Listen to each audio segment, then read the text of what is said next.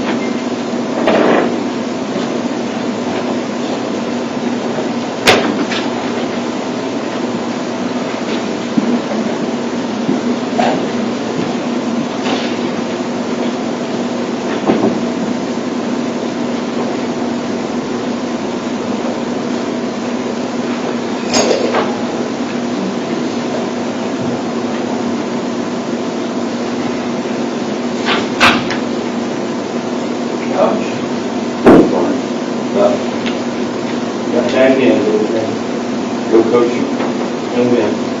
Give you the tag, come over to the top of the turnbuckle. That's right. Go road in. Ah, you got any big bombs? Initial volt to go. Suplex. I recommend the figure push rate. Just got to go.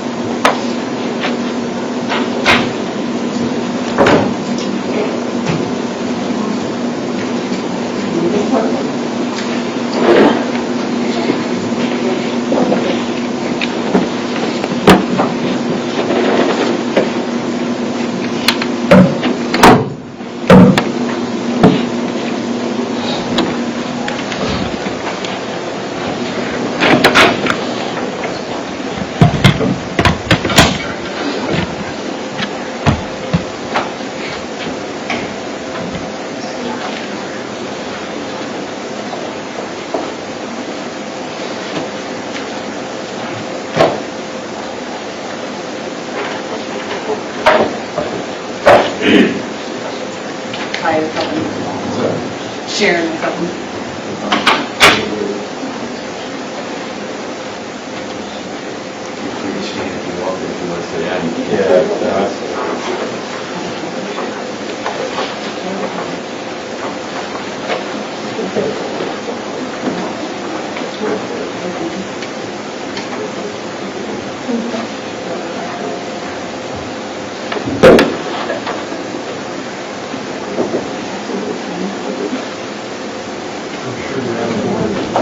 That's okay, just make sure I had all of them.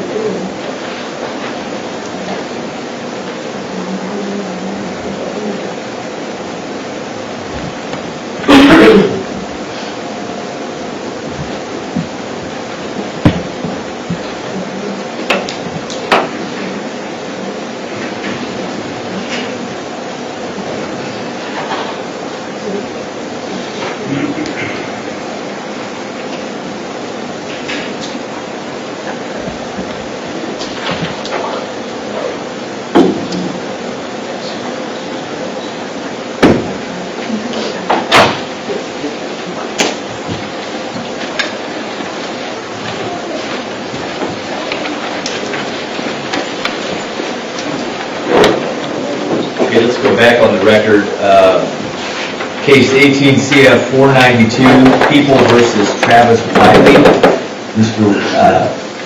We are outside the presence of the jury. We're on our afternoon recess. Present in the courtroom, Mr. Wiley, with his counsel, Mr. Nelson. Attorney Barnard on behalf of the people. Officer Towdy is on the stand. We took a break during his direct examination. Before summoning the jury to return to the courtroom, counsel, is there any matters we need to discuss? Mr. Nelson? No, Your Honor. Mr. Barnard? No, Your Honor. Let's have the jury.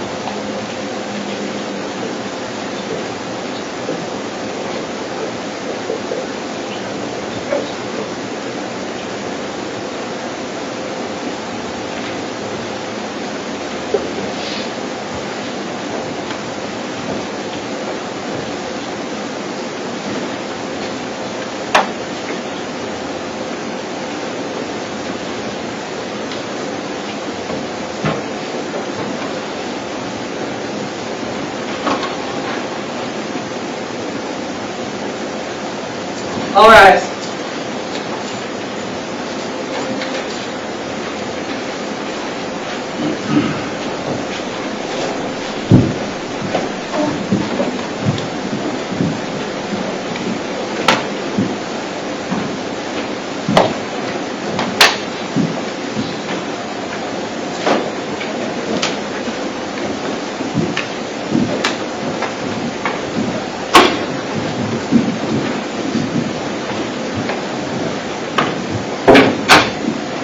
Your Circuit Court is now reconvened again by Michael L. Atterbury, Judge presiding.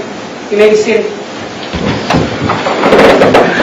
Okay, the record should reflect that all 12 members of the jury and the 3 alternate jurors are again present in the courtroom. Officer Towdy is still on the stand. Officer, I would just remind you, you're still under oath. And I think we're still in the middle of Mr. Barnard's direct examination. So you may continue, Mr. Barnard. Thank you, Judge. I want to take you, Officer Towdy, back to the scene there at 718 Kentucky when you first encountered Travis Wiley.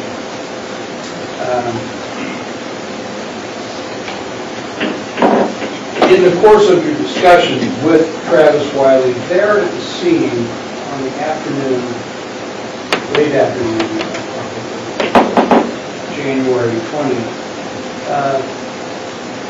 did you obtain anything from Travis Wiley? Yes. What was it you obtained from Travis Wiley? The cellular phone. How did that come about? Prior to transport, for department policy, we should search subjects before transport. And during that search, I felt something what I thought was a cell phone. And it was obtained. Mr. Wiley provided that to me and asked him to shut that phone off. And I'm sorry. And did he give you the phone? He did. Help us with, why as you described in the course of transport, you routinely, it's what it sounds like, routinely obtain cell phones from anyone who you're transporting in that vehicle. Why? What's that policy? To prevent subject from reporting, from also, in that time frame reporting, and then also to prevent them from making phone calls, text messages, social media contact, and potential destruction of evidence. So that's a broad policy? Correct. And that was the basis for the request? Yes. How did he respond? I consensually provide that over to me. Okay. And did you start off with this on the phone at that point, or did you ask him? I asked him, he did. Okay. Now, then proceed there at the police station, Quincy Police Department, to interview him, correct? Correct. You are now in possession of his phone, correct? Correct. And did you advise him that you were going to retain the phone? I told him I was going to keep the phone. Okay. And what was your purpose in wanting to keep the phone? Share that with us. Between the information received from the officers, from Christina, from Travis, I knew that there were some phone calls that were made and were not made. So why I was concerned, why was he calling the 911, or not calling 911, he said he had, where I was told he tried to disconnected, but from my understanding from information received from emergency services and officers on scene that they had not received a phone call from Mr. Wiley. And then also knew that Mr. Wiley contacted Christina. Would it be fair then for us to assume you just wanted to check out or confirm that information? That is accurate. How would you go about checking out that kind of information on his phone? Which is that, to find that question, what technology, in a general sense, did the Quincy Police Department have at that time and now to extract data from the cell phone? We have personnel that are trained in forensic technology and evidence collections procedures through training, and then also computer software to assist in that extraction of information and obtaining it for evidentiary value. All right. And who is that person? At that time, it was Detective Nick Eddy. When you obtained the phone from Travis Wiley and after you completed your interview, telling him that you were not going, or that you were going to hold on to it, who did you turn that phone over to, or what request did you make of your department to analyze it? Well, by department, I would have filled out, we had a form to fill out for forensic examination, would have completed that form, and then provided that to Detective Eddy. What instructions or requests did you give him with regard to the content of this phone? To conduct a full extraction of the cell phone. All right. I'm going to hand you what has been marked for identification as People's Exhibit number 6. Take a look at that for a moment.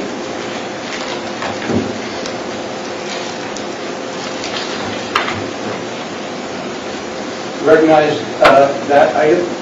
Yes. It's actually a plastic bag with some information on it and an item inside of it, correct? Correct. What is the item inside the plastic bag which has been marked as People's Exhibit number 6? There's a cellular phone, touchscreen cellular phone, black in color, and it has a sticker, a green sticker on the back of it. Do you recognize that phone? I do not. It's been 5.5 years. I do not recognize it verbatim what. How about from the markings on the evidence sticker? Yes, I do. And from the evidence sticker markings, what do you recognize that phone to be? The cell phone that I would have collected from Travis Wiley on that date and time.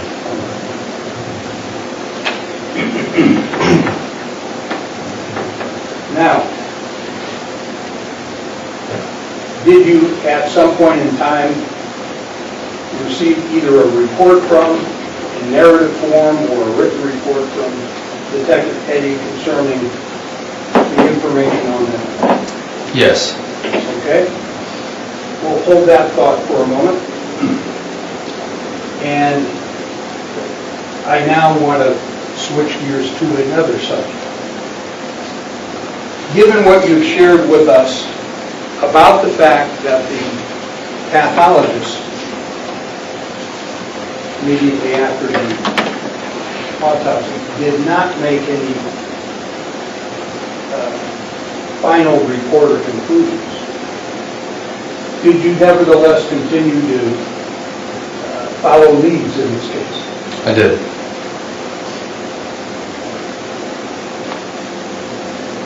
And at this point in time, in the days following January 20th, the week following, was Travis Wiley arrested for anything relating to this incident? Yes. I mean, immediately. Oh, for the incident, I'm sorry, can you rephrase the question? Sure. Within the first couple days and weeks or even months following the autopsy, was Travis Wiley arrested? For this incident? Yes. Correct, no, he was not. Okay. Let's move forward to the month of May 2018. Were you actively investigating or following up on leads in the investigation of the death of Ariana Hall? I was. Did you make contact with a woman by the name of Alyssa Donnelly? I did. Why did you make contact with her? I knew she was an associate of Mr. Wiley. She was, Did she work with him? yes, Where? at the gas station in the 2600 block North 12th Street in Quincy, Illinois. What request did you make of her?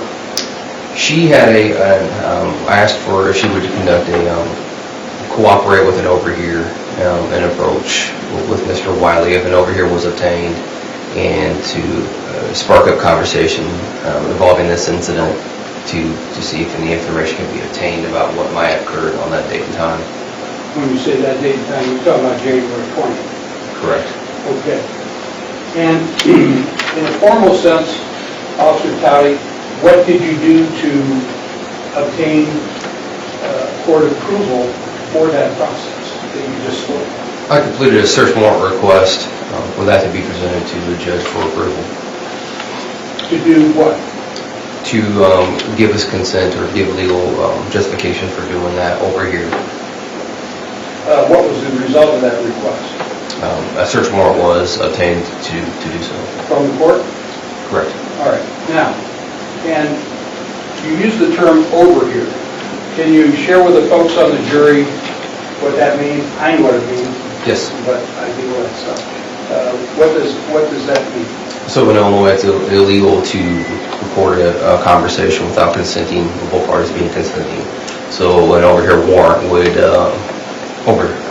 overshadow that law so that we can record a conversation without one or more than one party's knowing of that recording.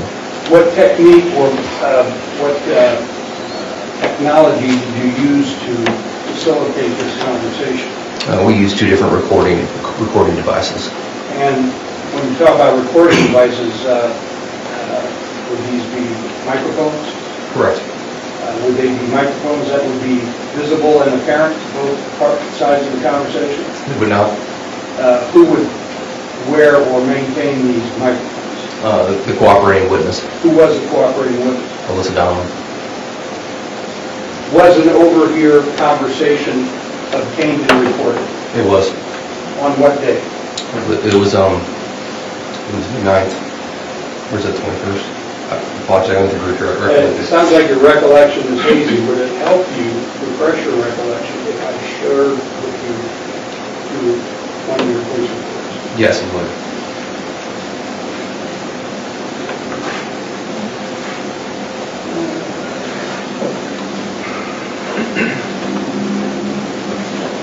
Mr. Barnard, prior to handing it to the witness, would you also show Mr. Nelson? I will, Your Honor, and also I need to mark it because we need to have a record of it. So I am marking it for identification as People's Exhibit number 7.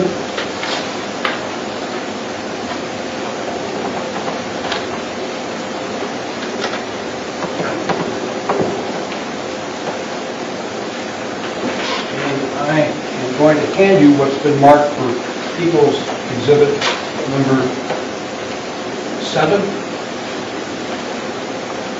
I'm going to ask you to look at that report and tell me when you've had a chance to look at it and whether or not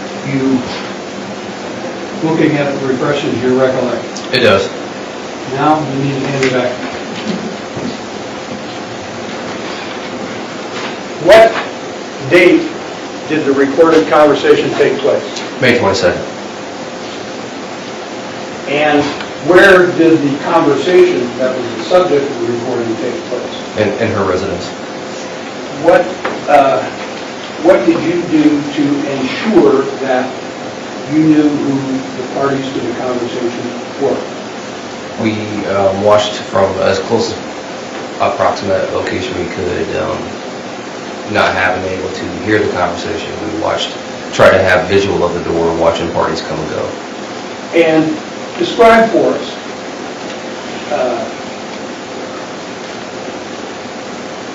where this conversation took place. Was it a residence, a mall, park, what? It was the apartment belonging to Alyssa Donnelly. Where's that apartment located? I'd have to look on report to recollect. I know it was roughly location. Okay.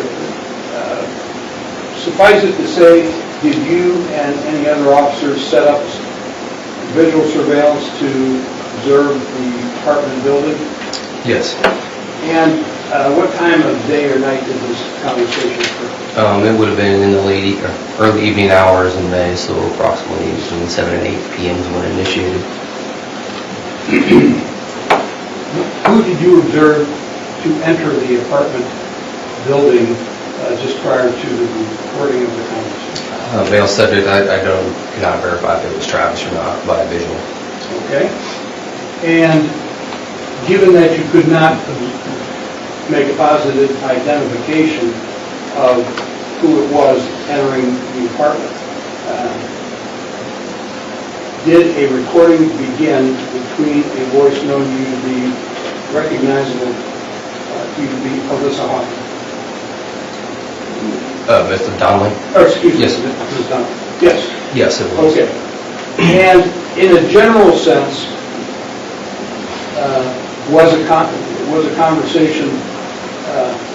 did a conversation take place? Yes. And can you tell us whether or not that conversation related to the facts and circumstances of the death of Ariana Hoffman? Only a few brief comments were made about it. Okay? And based upon for purposes of authenticating, what were those conversations that helped you to understand the context? So I instructed Alyssa to spark up conversations. If it didn't come up, she did do that at one point. Spark up conversations about what? The death of Ariana Hoffman. Okay. So she started making inquiries about the baby and was making inquiries as it, what happened. In reference to that child, his statements stayed consistent with what he told us on that day. And then she went on to make further inquiry if it's possible that something further would have happened, potentially if even accidental in nature, but injury that would have resulted from the action of him. Were the responses from a male voice or female voice? It was a male voice. And were the responses pertinent to the questions that she was asking? Yes. And were the responses such that they indicated the person who was answering the questions had information about the circumstances of Ariana Hoffman's death? Yes.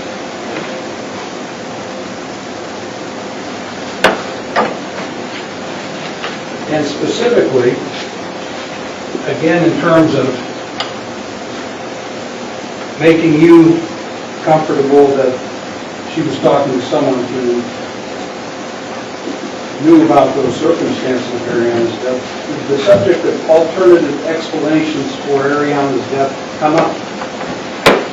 No, just reference to possible from kind of consistent with what he said. I'm sorry. Yeah. So consistent with what he had said, reference to like sudden infant death syndrome. Okay, I'm sorry, when you say he, who are you referring to? The person in the recording, the male subject in the recording. And specifically, as you listen to that recording,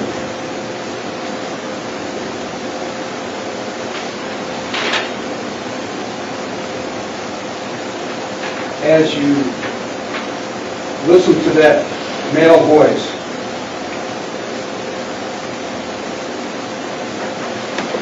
was there a reference or statement by the male voice about putting the baby down?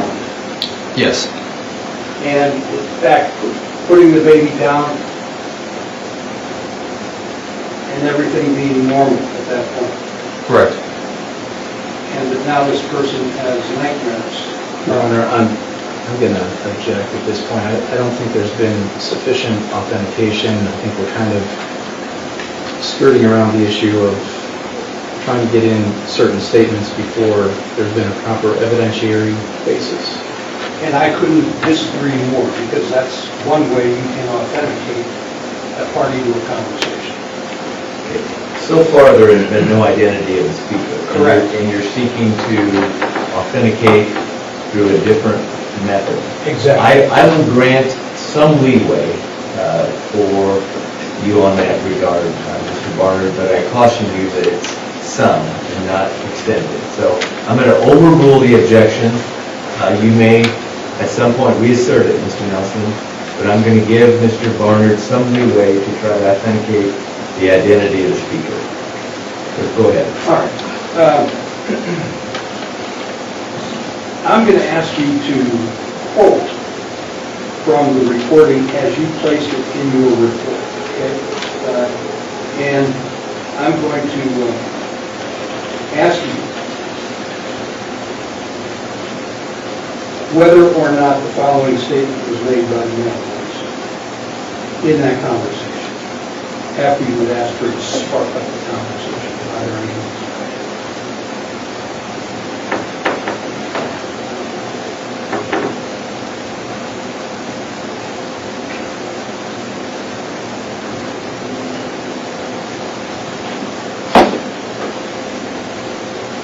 Following the question by the female voice, did they say it was SIDS? Did the male voice respond, I don't know, I've heard two different people tell me two different things. One person told me it was shaken baby syndrome, and the other one said it could have been something else. The male voice then goes on to say, if the cops thought I had anything to do with it, I would be in jail. Yes.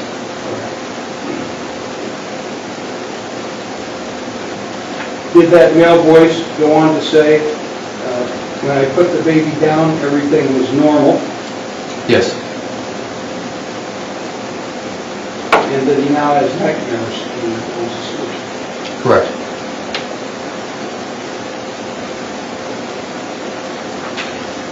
Your Honor, before I go further, I want to advise the court that I intend to go further so that the court can...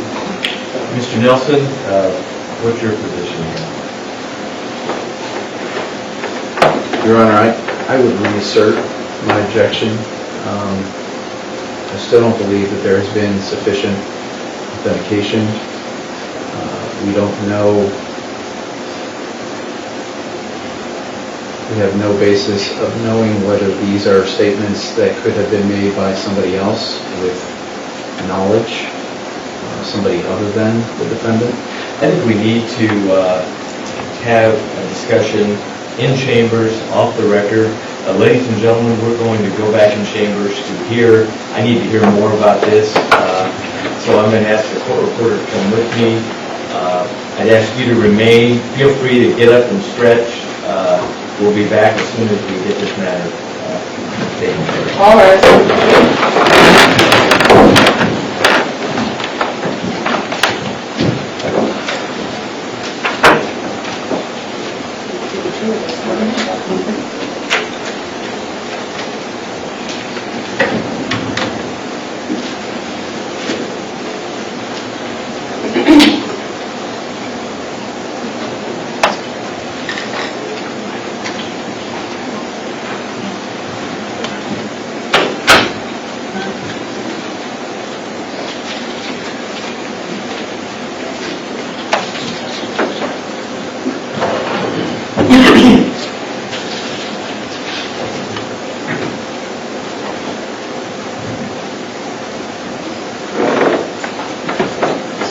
Got it?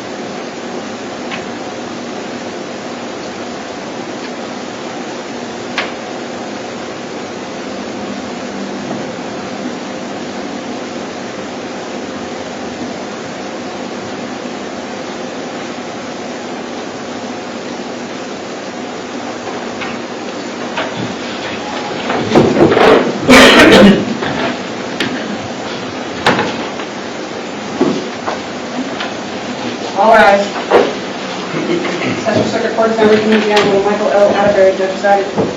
If you may all be seated.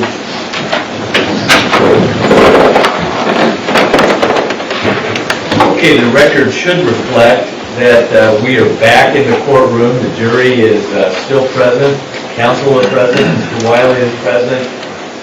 Officer Toddy is still on the stand. Ladies and gentlemen, an objection has been made. Additional evidence, investigation, argument needs to be had on that topic. So the court is reserving ruling on that subject until that can take place. This witness is on the stand. Counsel has additional areas he'd like to cover on with this witness. So counsel, you may go ahead. Thank you, Judge. And in line with what the court just shared, Officer Towdy, we're going to move to another subject for the time being. Okay. All right. When did your office receive the final autopsy report?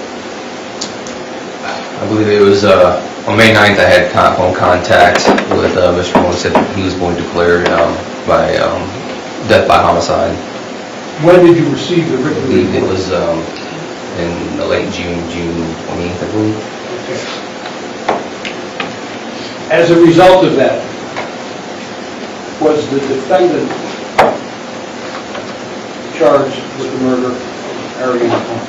He was. When was he charged? Remember the date? It was the 29th when the warrant was obtained.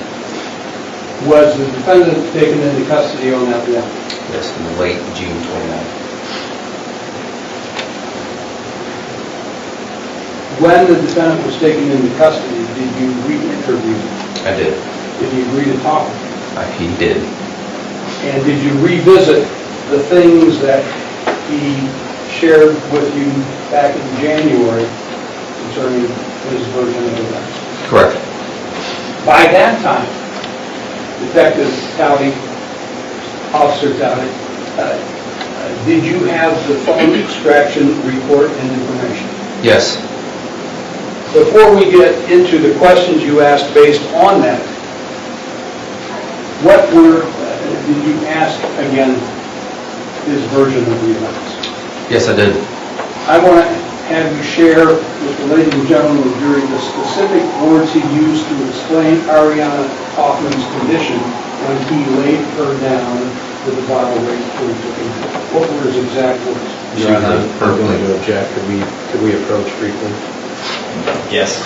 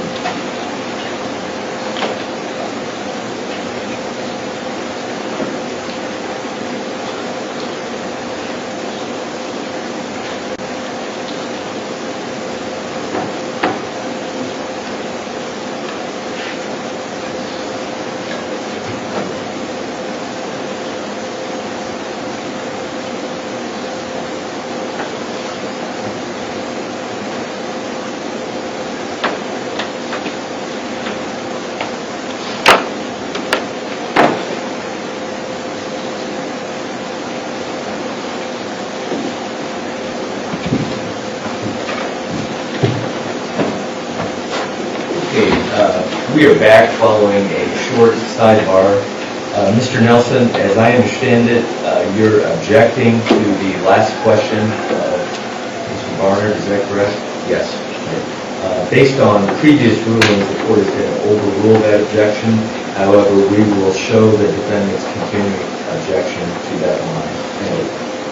You may continue, Mr. Do you Barnard. recall the question, Officer Towdy? Yes. What were the exact words used by the defendant when you asked him about the condition of Ariana Hoffman when you laid her down with the bottle? She was a healthy and happy baby. Now, based on the report that you received from Officer Eddy, did you proceed to ask Travis Wiley specific questions about the time period between 1:30 and 2:30? I did. And based on that report, did you confront him with the notion that there was cell phone traffic outgoing cell phone traffic from his phone between 1:30 and 2? Yes. What was his specific response to that question? Phones do stuff on their own all the time. After he said that to you, did you confront him with the allegation that he was not asleep between 1:30 and 2:30? I did. What was his specific response to that specific question? He said that was not true and he was asleep. And did you then confront him with the notion that there was a specific internet contact at 11:17 from his phone about a news account of a man charged and convicted of murder of three? I did. And was that the internet connection that immediately preceded the 2-hour gap in the outgoing traffic on his phone? I believe so. And what was his response when you said to him, or laid that in front of him about that internet connection at 11:17 about that murder? He stayed consistent with his statement that he did not do that activity and the phones do things on their own. All by himself? Correct.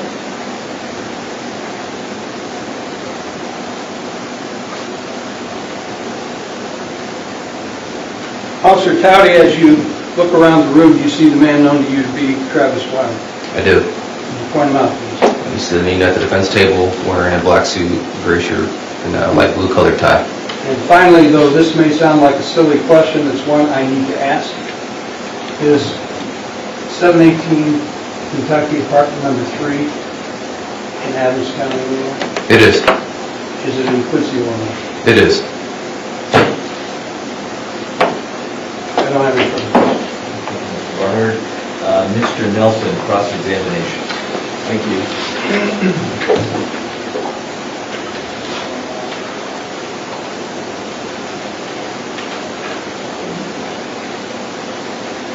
Officer, on January 20th, when you arrived at 718 Kentucky, you said that when you first arrived, you saw that Travis was sitting in the car with another individual. Is that correct? Correct. And at that time, did you have an occasion to observe Mr. Wiley and his demeanor? Yes. And what was his demeanor at that time? Very upset, crying, was distraught.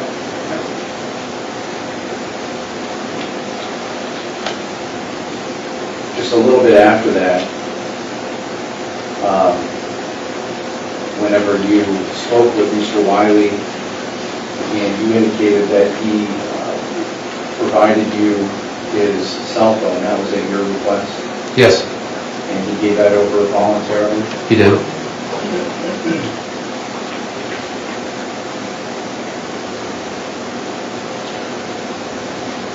After that, when Mr. Wiley was taken to Quincy Police Department, and you indicated that when he was at the police department, he was not free to leave. Is that correct? Correct. You interviewed him. Do you recall how long that interview was? It was anywhere from an hour to 1.5 hours. And that was a conversation. It was a back and forth between you and you. Yes.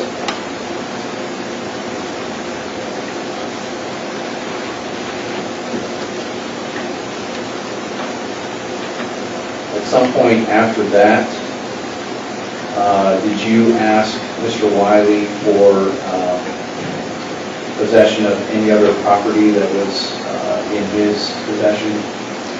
I asked for the cell phone. Okay. After that, and I'm referring specifically to Pete's. Yes, at the residence. Upon leaving the interview at the police department, I met him back at the apartment. He wanted to get some items, and then also the mother requested I asked for the keys to the apartment back. So yes, I did ask for those keys. And he turned those over to you voluntarily? That is correct. Stepping back just a little bit, after Mr. Wiley gave you his cell phone, did he in fact sign a consent so that you could search that phone? Yes, And he did that voluntarily? he did. And you indicated previously that he consented to the search of the apartment, is that correct? He did.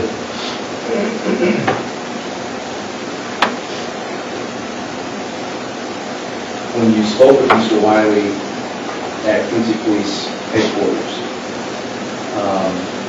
what was his demeanor during that time? Still remained as he did at the scene. He was crying, upset, distraught.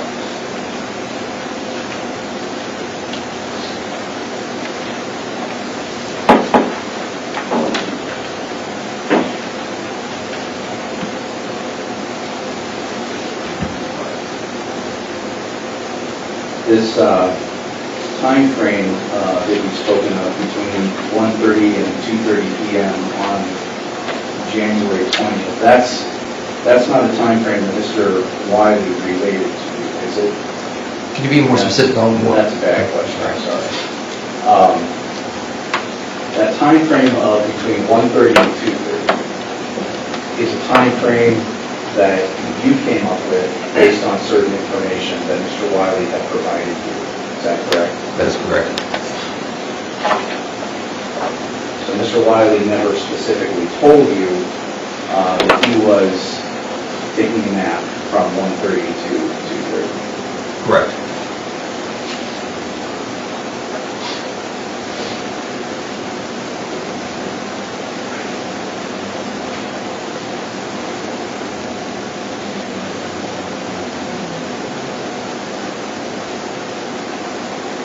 What kind of phone did Mr. Wiley have?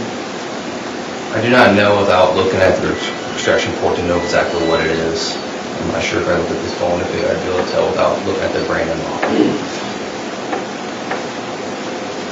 You've referred to a specific story that Mr. Wiley purportedly accessed. Do you recall the URL or the web address of that story? I do not. Do you recall if the first portion of that URL was www.google.com? I do not.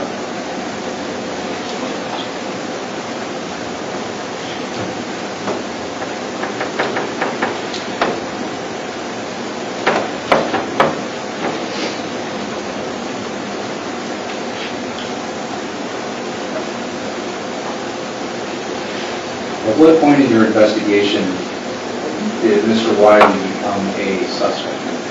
On the day of the autopsy, when we were told the preliminary results were going to be death was from traumatic brain injury. And so not prior to that at all? Definitively, because we did not know definitive cause of death, no. So I did not know if this was a death from injury or if it was from natural causes or some kind of illness.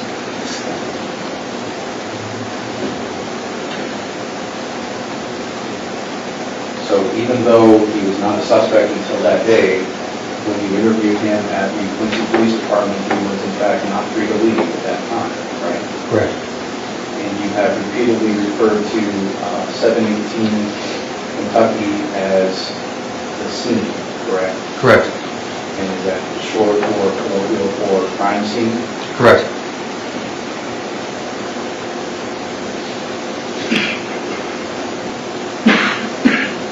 No other questions? Redirect examination, Mr. Bowden. In the course of your interview of Travis Wiley, on the night of Ariana's was found lifeless,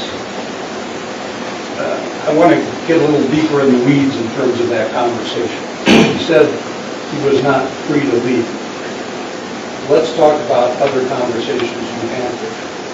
When you began that conversation, what did you tell him about whether or not he was free to leave if he wanted to stop the conversation?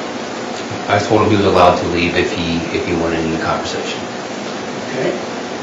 And can you explain to us what the basis for him, your testimony that he wasn't free to leave was? Would it have to do with the security apparatus at the police station or some other reason? Security apparatus, law facility. All right. He came into a locked facility, so he couldn't just walk out unless you unlock the doors, right? Correct. But what you said to him was if he wanted to leave, he wanted to stop the conversation, he could, correct? Correct. All right.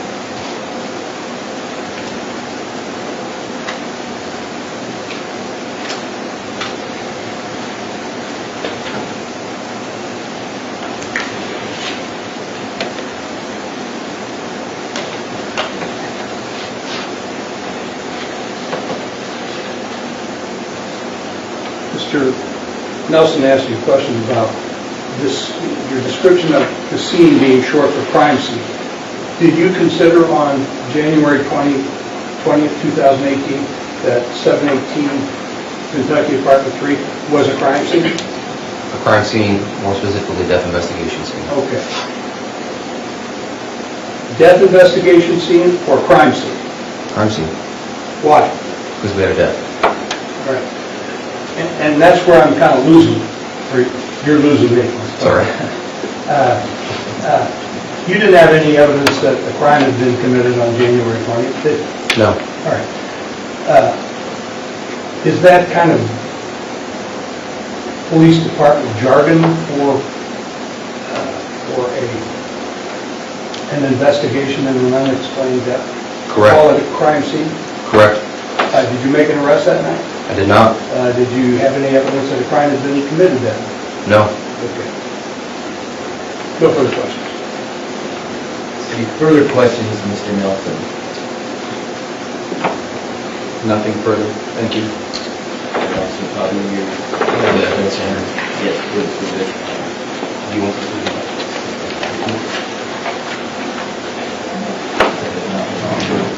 I will at this time, Your Honor, offer. All right. Thank you for reminding me. I believe it's Exhibit 7. Is Officer Todd still under subpoena, by the way? Yes, he is. Pardon? And that's been marked as an identification. All right, I have, Mr. Nelson, People's Exhibit number 6 that's being offered into evidence. It is your client's phone, so it hasn't been identified as your client's phone. Any objection to its admission? Your Honor, I do object to that based on the previous objection and the what has been referred to before in an effort to preserve that issue. Yes, okay, so based on previous rulings by the court, the objection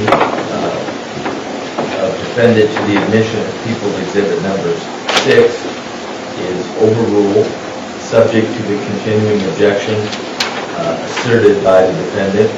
So People's Exhibit number 6 will be admitted over the objection of defense counsel. All right. Further witnesses? Yes, I have one more, and I expect to be on schedule. Okay, all right. You may call the next. People call Dr. Anthony Wallis.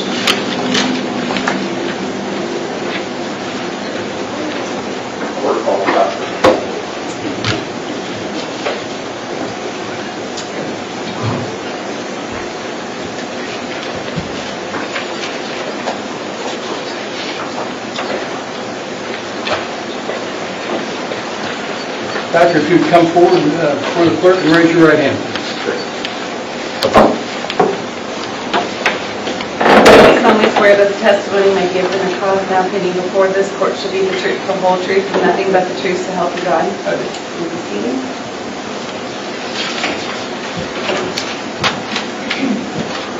Doctor, feel free to adjust that microphone, and if you would please speak into that. Keep your voice up, we've had some trouble. How's that? That's fine, okay. Go ahead, Mr. Barney. Doctor, would you introduce yourself to the ladies and gentlemen of the jury by telling them your full name, Sure. Anthony Wallis. your profession, I'm an emergency physician. and how long have you been, where are you employed? At Blessing Hospital. How long have you been employed as an emergency physician, emergency department physician in Boston? About 20 years. Has that been your only position as an emergency physician? Yes, it has. Okay. Are you licensed to practice medicine in the state of Illinois? Yes. And how long have you been so licensed? 20 years. All right. So that was your first position following your medical degree, residency, training, etc.? No, I trained in Orlando and then moved to Punta Gorda for 3 years and then to Quincy. Punta Gorda, Florida? Yes. Okay. Was that residency training or actual? That was the practice. That was as an attending physician. Where did you do your residency training following graduation? At Orlando Regional Medical Center All right. And where did you obtain your medical degree?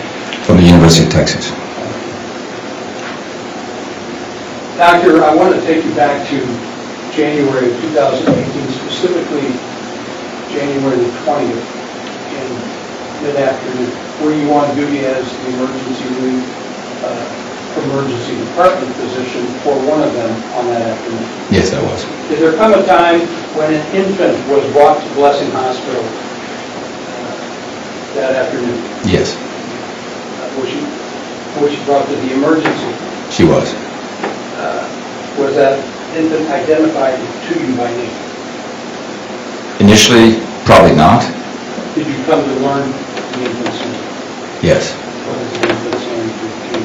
I don't recall immediately. Okay. If I were to suggest to you that her name is Ariana Huffman, would that ring a bell? Yes, that's the infant. All right. Now, I want you to share with the folks on the jury, as best you can recall, her condition upon admission. And as a predicate to that, have you reviewed your notes prior to coming here this afternoon? Yes, I did review the notes. With the benefit of that review, can you tell us, as best you recall, what the condition of this infant appeared to be? Well, she came in by ambulance from wherever they were dispatched to, and en route, they noticed she wasn't responsive and she appeared to be pulseless and apneic and not breathing, basically. And so they initiated CPR en route. And so on arrival, the infant had no pulse or blood pressure and was not spontaneously breathing. Did CPR efforts continue there at the hospital? Yes, they did. Was the infant ventilated or assisted in an attempt to get her breathing during that period of time as well? So initially she was ventilated with a bag valve mask device, and then on arrival in the emergency department we made the decision to go ahead and intubate her with an endotracheal tube to assist with the ventilation. The difference being a bag is just a mask over the face? Correct. Intubation means you put a tube down into the lungs. A tube down into the trachea, which connects to the lungs, which allows for more efficient and safer ventilation.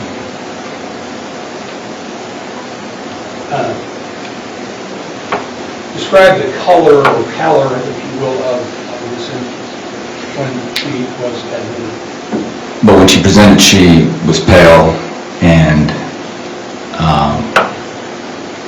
cyanotic in her extremities, Cyanotic being? meaning blue, lack of peripheral perfusion of oxygen.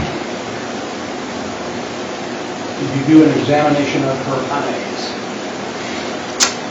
I may have, I don't recall. Was that done by anyone else? I'm not sure. All right.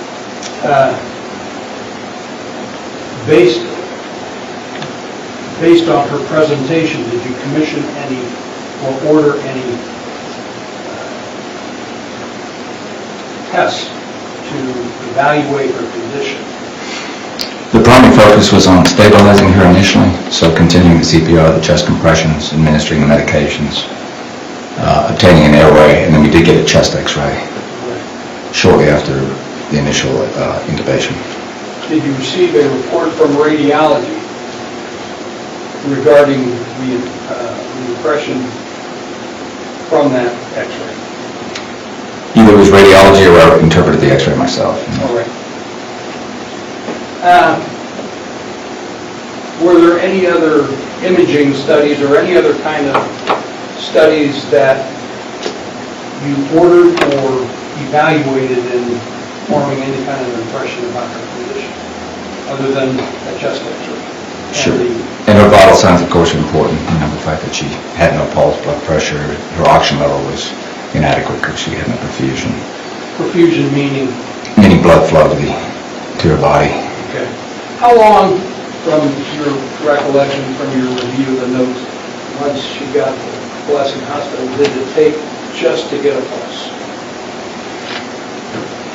It was fairly quickly. I would say within 5 minutes, perhaps. All right.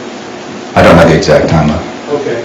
Do you know how long she had been pulseless? I do not. Based on the fact that she was cyanotic, blue in the extremities, and given her power, do you have any opinion or estimation about how long this child has been? I would say it was a fairly substantial amount of time, although the fact that we were able to resuscitate her and get back a pulse indicates that it wasn't an excessive amount of time where we weren't able to resuscitate her. But you described it as an excessive amount of time, right? That she had been pulseless and apneic, yes, I did. Apneic, again, meaning not breathing? Correct. All right. Now, you described your primary effort as being to stabilize her, correct? Correct.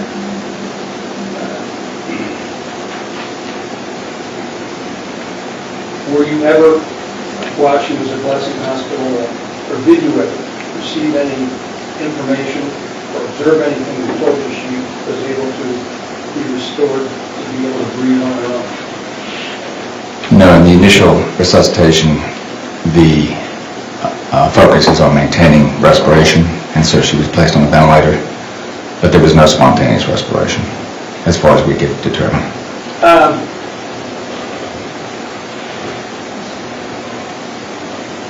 You mentioned a chest x-ray. Why were you interested in doing a chest x-ray? The chest x-ray primarily to determine placement of the ET2. We want to make sure it's in the right position. Because if it's not, what happens? Or if it's not, then you're not doing what the ET2 was intended to do. Which is to provide or to assist the patient in breathing, Correct. and in turn provide oxygen, etc. Correct. All right.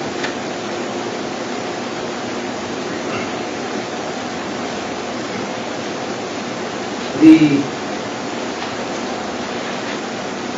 radiology study, is that a plain x-ray film or was that enhanced in any way? It's just a plain x-ray study. All right. We obtained it at the bedside. Obtained at the bedside? Yes. All right. And you said you either got a report from the radiologist or you interpreted the report at bedside, correct? Correct. All right. Are radiology studies, impressions, images formed by other medical professions at the hospital the type of records, the type of information that you would rely upon in your care and treatment of a patient? I mean, I rely on my own interpretation and the radiologist's interpretation. But just as a broad example, if you get an abnormal X-ray of a leg, is that something you would rely upon And act upon. and act upon? Yes. Okay. Have you seen that report in the course of your review of the records preparation for? I don't recall the exact wording. All right. Would it be of assistance to you if I gave that to you to have to review it again? Sure.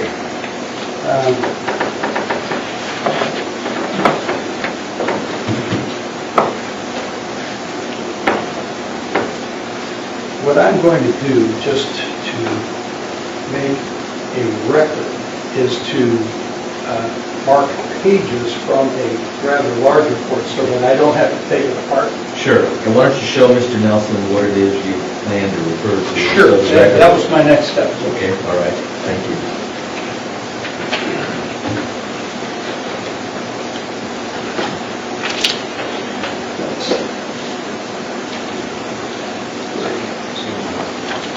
Just move forward. No, 3 pages. Yeah. Let me take my correspondence.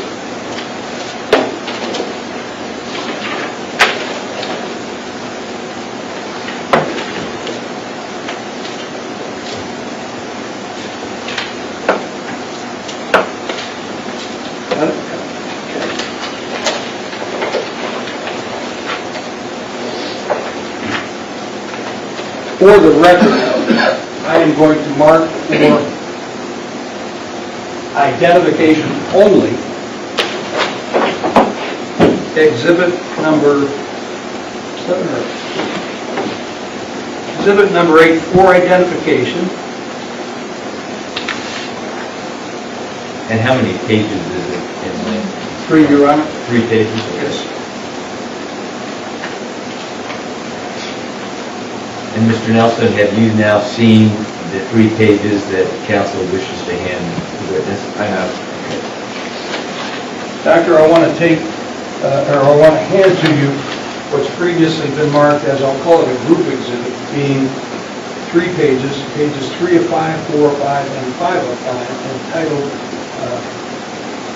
Radiology, patient name Ariane L. Hoffman. And the question is, what is the question? To help refresh his recollection of the exact wording of that report. Okay, and so Doctor, what I'd like you to do is just take a look at the pages you're going to be handed. Okay. And when you finish reading and if your recollection is refreshed, just look up and we'll know to continue.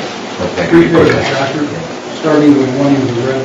Take a look at all 3 pages. When you've had a chance to look at it, let me know. And I'm looking primarily at the impression, so. All right.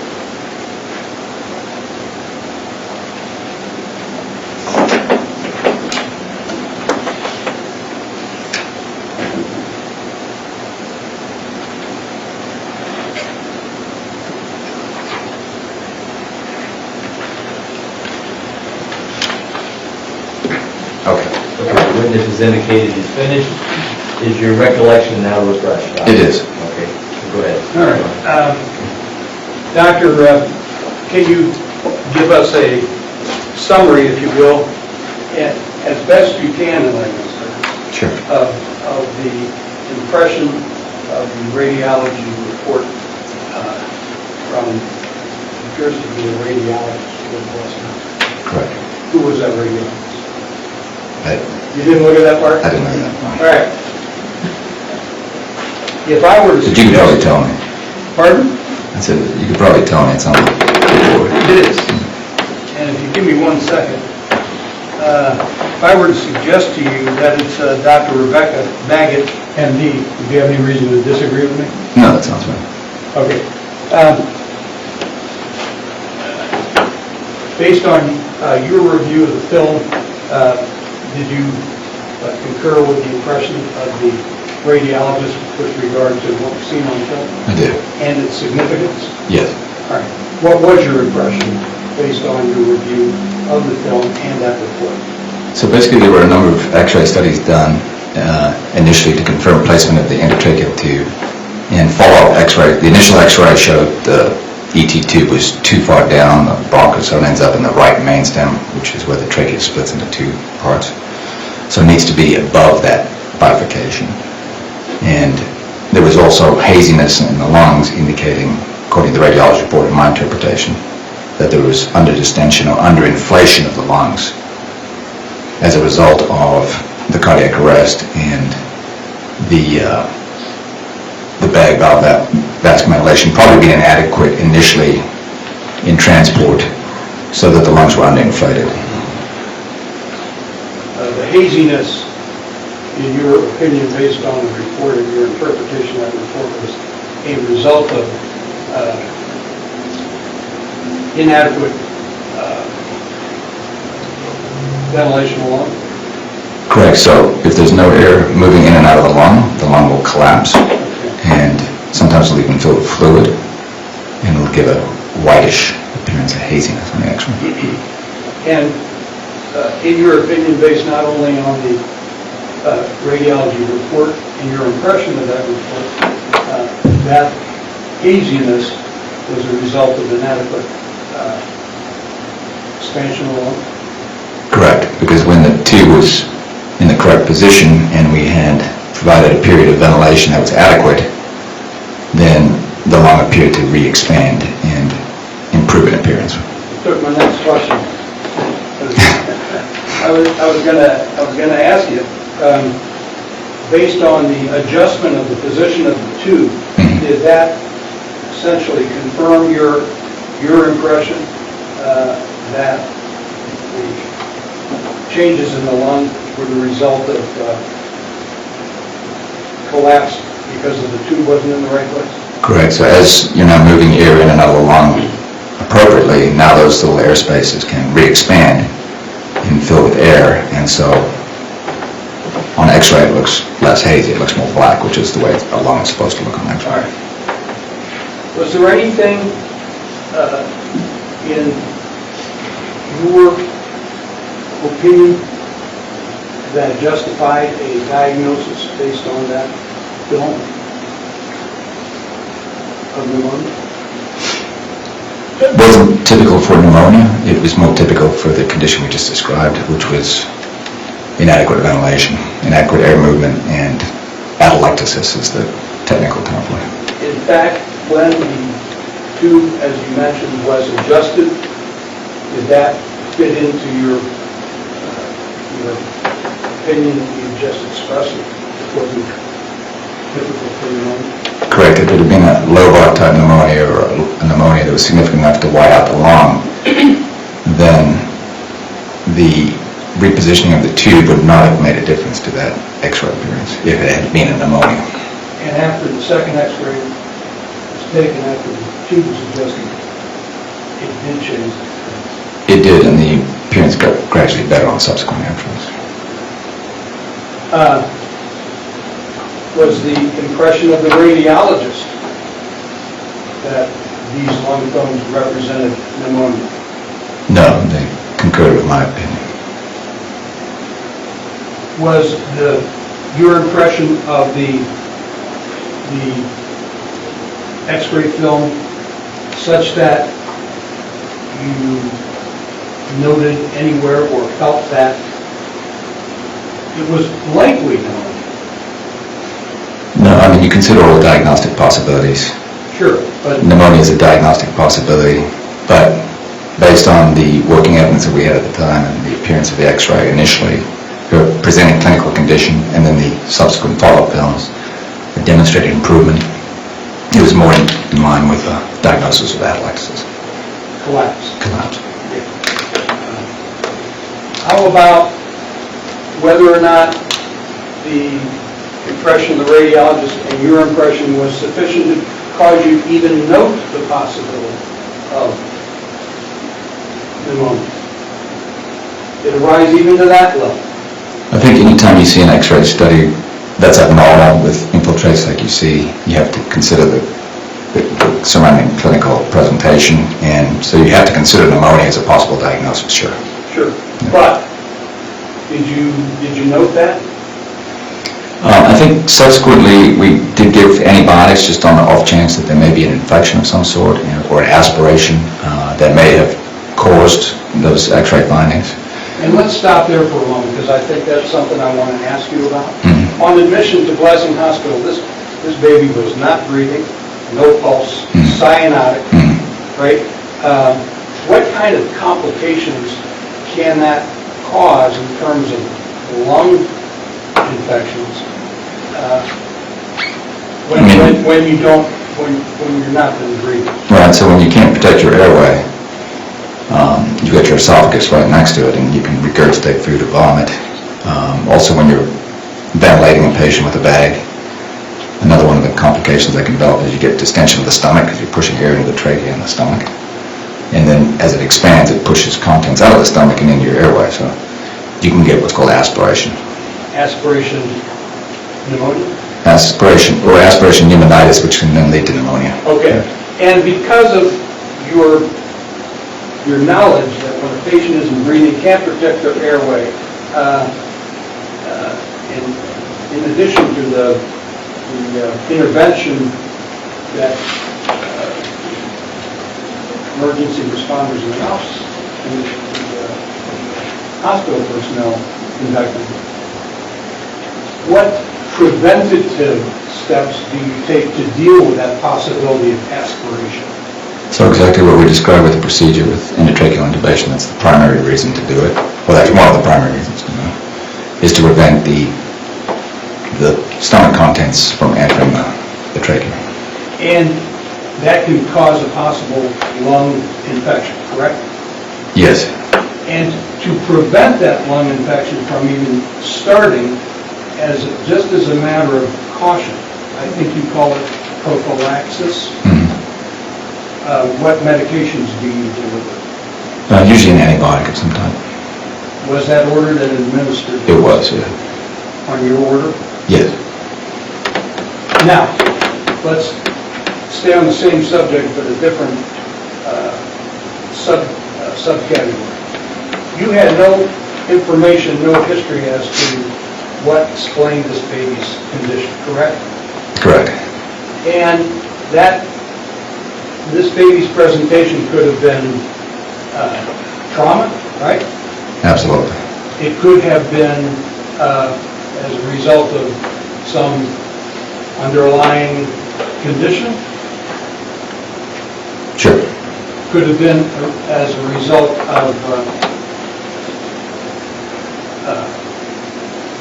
or just about anything, right? You didn't know. Is that fair? That's fair. And when you don't know,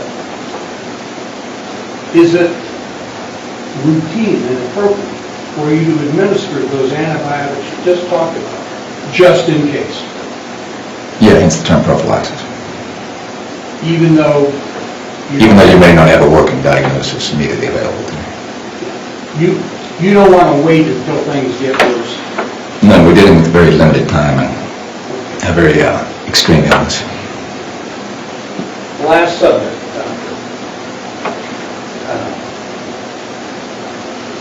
Based on the condition of this infant, when she presented to Blessing Hospital, what decision did you make with regard to additional care facilities? Well, we know immediately if we're able to resuscitate the child that they need to be transferred, and so we initiated that as quickly as possible. We don't have the capabilities of Blessing of taking care of ICU-type ill infants and children. So they need to be transferred to generally a tertiary care facility such as Cardinal Glennon and Barnes, Children's Hospital. The term has been used before here in court, PICU. What does that stand for? It's basically just a pediatric intensive care unit. Does Blessing Hospital have one? No. Is that the reason why you transported this child? Correct. How would you describe her condition based on the initial presentation and the condition throughout the course and finally condition when transported? I'd say her condition was critical. Based on the findings when this infant presented. No pulse, no heartbeat, which took some time to restore. Cyanide, unresponsive.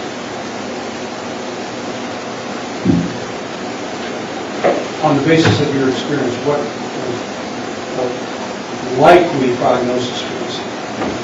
It wasn't good. In those instances where you don't know how long they've been down for and you don't immediately resuscitate, it's very difficult to have a good prognosis eventually. I don't have any further questions. Garner, Mr. Nelson, cross-examination. Your Honor, I do not have any questions. Doctor, thank you. Thank you. You are free to leave. Is the doctor still under subpoena? No, thank you, Doctor. Thank you.